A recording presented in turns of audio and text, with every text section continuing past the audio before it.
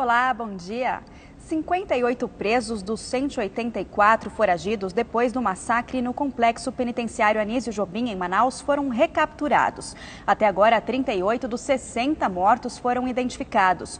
O Ministério Público do Amazonas pediu a suspensão de contratos com 2 empresas que administram 6 presídios do estado.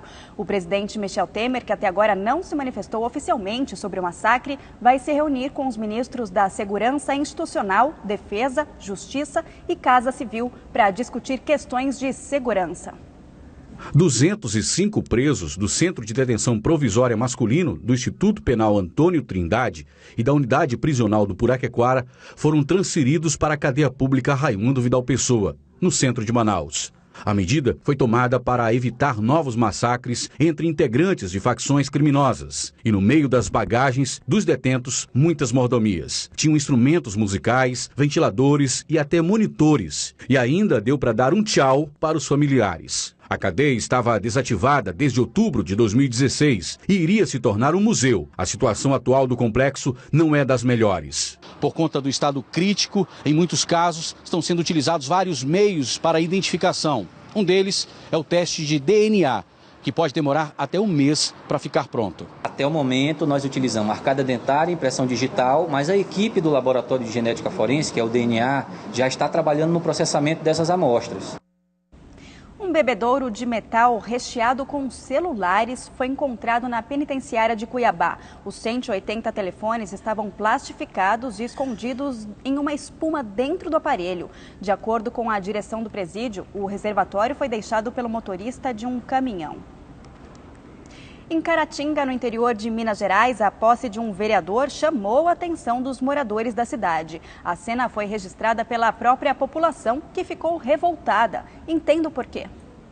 O vereador eleito Ronilson Marcílio chegou à Câmara Municipal de Caratinga assim, com uniforme de presidiário, algemado e com escolta da Polícia Militar. O presidente da casa abriu a sessão explicando que, apesar de preso, o político tinha até 10 dias para tomar posse do cargo.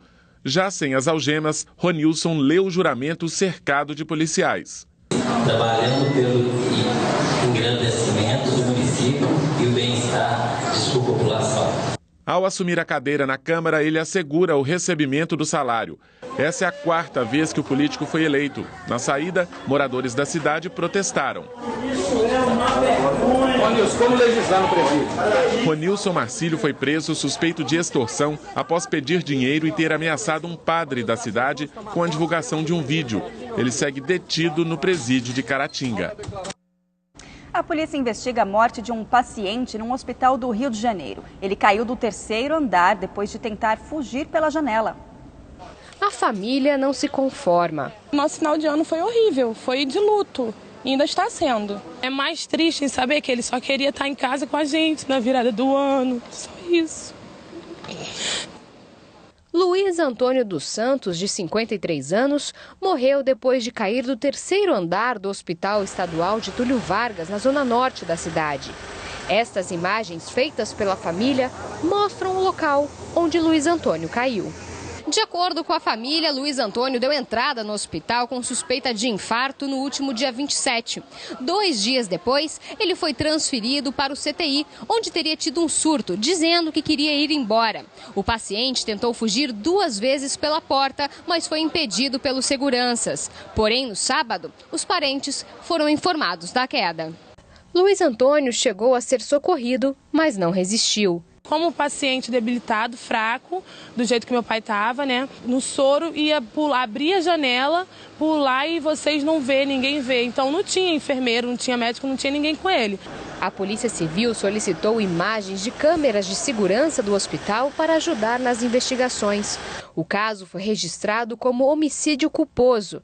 Pelo menos 20 pessoas, entre médicos e enfermeiros, devem prestar depoimento até sexta-feira. Como houve negligência, uma vez que o paciente estava internado dentro do CTI e conseguiu abrir a janela e pular pela janela sem que ninguém tivesse tomado uma providência para impedir o resultado, todos aqueles que estavam responsáveis pelo paciente respondem pelo resultado. Em nota, o hospital lamentou o ocorrido e disse que colabora com as investigações para esclarecer o caso. Você acompanha mais notícias nas próximas edições do Boletim e no portal da Rede TV.